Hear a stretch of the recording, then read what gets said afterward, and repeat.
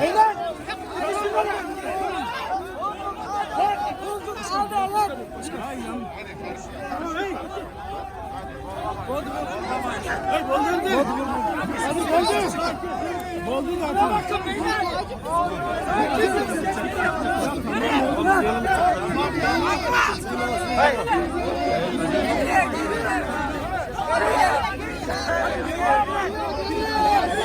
Kaytayla.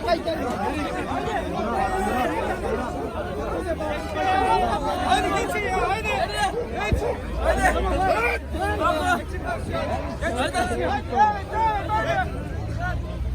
Geç. Hadi Abdülreşit. Hemşehriler bu tarafa geçin. Geçin bu tarafa ya.